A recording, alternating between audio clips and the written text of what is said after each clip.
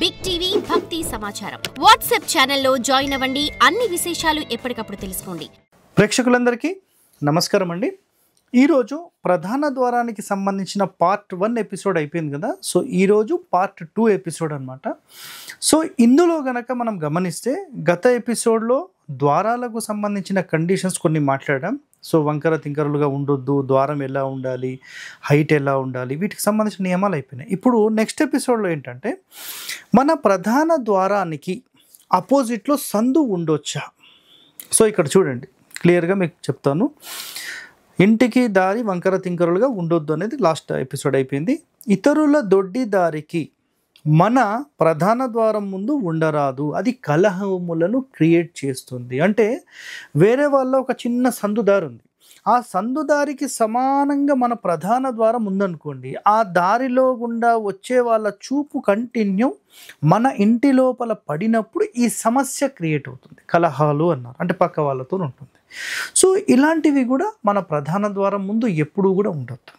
So even గుర్తుపెట్టుకోండి ఈ మాట, ప్రజెంట్ హైదరాబాద్లో లేదంటే ఎక్కడ ఏ సిటీస్లో అయినా సరే మీకు అపార్ట్మెంట్స్ కడితే ఈ చిన్న సందులకు డైరెక్ట్గా మన ప్రధాన ద్వారం అనేది అడ్డుగా పెట్టేస్తున్నారు.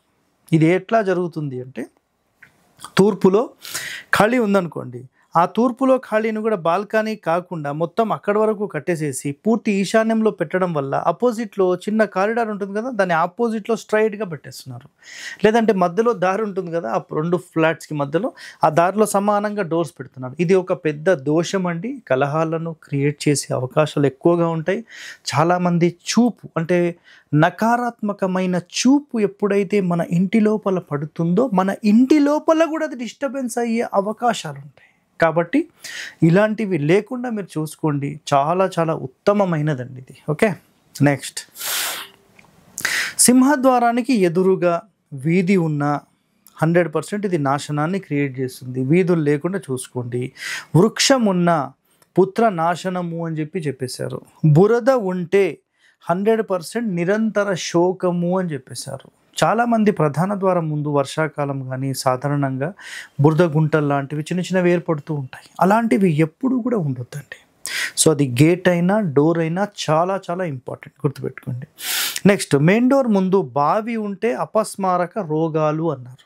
సో ఈసారి ఇవి మీరు ఏ శాస్త్రం నుంచి చెప్తున్నారని ఎవరన్నా మాట్లాడితే వాస్తు రఘువీయం 138వ పేజ్ నెంబర్లో వీటికి సంబంధించిన పూర్తి ఆధారాలు శ్లోకాలతో సహా మీకు ఉన్నాయండి, చూడండి. ఓకే, నెక్స్ట్, దేవాలయాలు ఉన్నాయనుకోండి మనం మెయిన్ డోర్ ఆపోజిట్, అది కూడా 100% సర్వనాశనాన్ని కోరుతాయి. దేవాలయం యొక్క చూపు అంటే ఆ ఫేసింగ్ డైరెక్ట్ మన ఇంటి ముందు ఉన్నా ఇది 100% మీకు డ్యామేజ్ చేస్తుంది. స్తంభం ఉందనుకోండి, స్త్రీలకు డ్యామేజ్ చేస్తుంది. బ్రాహ్మణ గృహాలు ఉంటే 100% ఇది కుల నాశనాన్ని క్రియేట్ చేస్తుంది. సో ఇలా కొన్ని గృహాల గురించి వీళ్ళు చెప్పారు. మరి ఎలాంటి కండిషన్స్ అనేవి మనకు తెలియదు. సో ఆ కండిషన్స్ ప్రకారం అయితే ఇది ఉంది. ఓకే, నెక్స్ట్, మెయిన్ డోర్ ముందు నీటి ప్రవాహాలు కూడా ఉండొద్దు అని చెప్పేసారు. ఇదైతే 100% మనం గతంలోనే చెప్పేసాం, నీటి ప్రవాహాలు అయితే క్లియర్.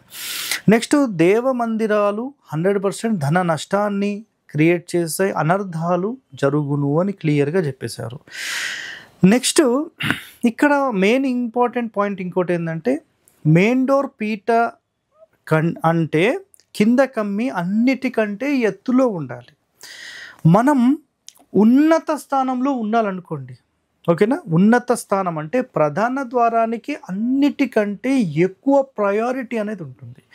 నేను ఎన్నో వీడియోస్ చేశాను, సీఎం కేసీరెడ్డి గారి వీడియో చేశాను, దాని తర్వాత చుట్టుపక్కల ప్రాంతాల్లో ఎమ్మెల్యే ఎంపీ లెవెల్స్లో ఉన్న వాళ్ళవి చేశాను. రీసెంట్గా నేను తమిళనాడు వెళ్ళినప్పుడు అది కూడా చేశాను. సో తిరుతన్ని, అందులో కూడా ఒక పాత ఇల్లు చూశారు. అందులో మీరు నిజంగా గమనించండి, మెయిన్ డోర్ యొక్క ఆ కింద పీట ఈ హైట్లో ఉందండి. ఈ హైట్ అంటే ఆల్మోస్ట్ ఒక 7-8 ఇంచెస్ హైట్ ఉంది. కానీ ఇంటి లోపల ఎక్కడ గమనించినా కూడా అది 100% మీకు 4 ఇంచెస్ కంటే మించి లేదు.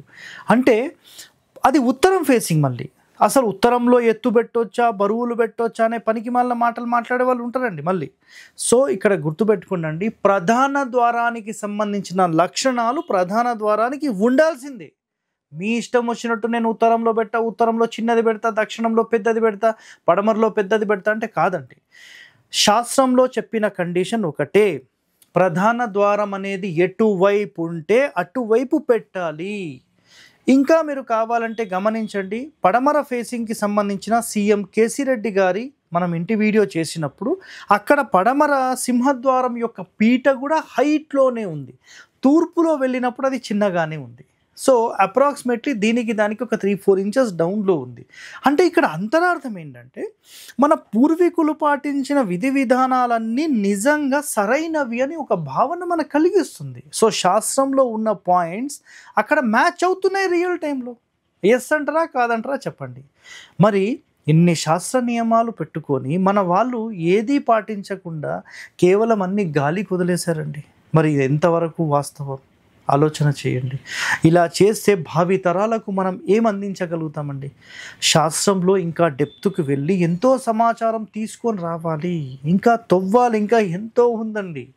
సో ఇవన్నీ తీసుకొని వస్తే భావి తరాలకు మనం అందించిన వాళ్ళు అవుతాం, గుర్తుపెట్టుకోండి. సో ప్రధాన ద్వారానికి సంబంధించిన ఇంకా వివరాలు ఇంకా ఎన్నో ఉన్నాయి, తర్వాత ఎపిసోడ్లో అవి కూడా మనం తెలుసుకుందాం. సో ఇలాంటి వాస్తు రహస్యాలు మీరు తెలుసుకోవాలనుకుంటే 100% మన ఛానల్ని సబ్స్క్రైబ్ చేసుకోండి, లైక్ చేయండి, 10 మందితో షేర్ చేయండి. ఓకే, ధన్యవాదాలండి. Thank you. For more videos like this, subscribe Big TV channel.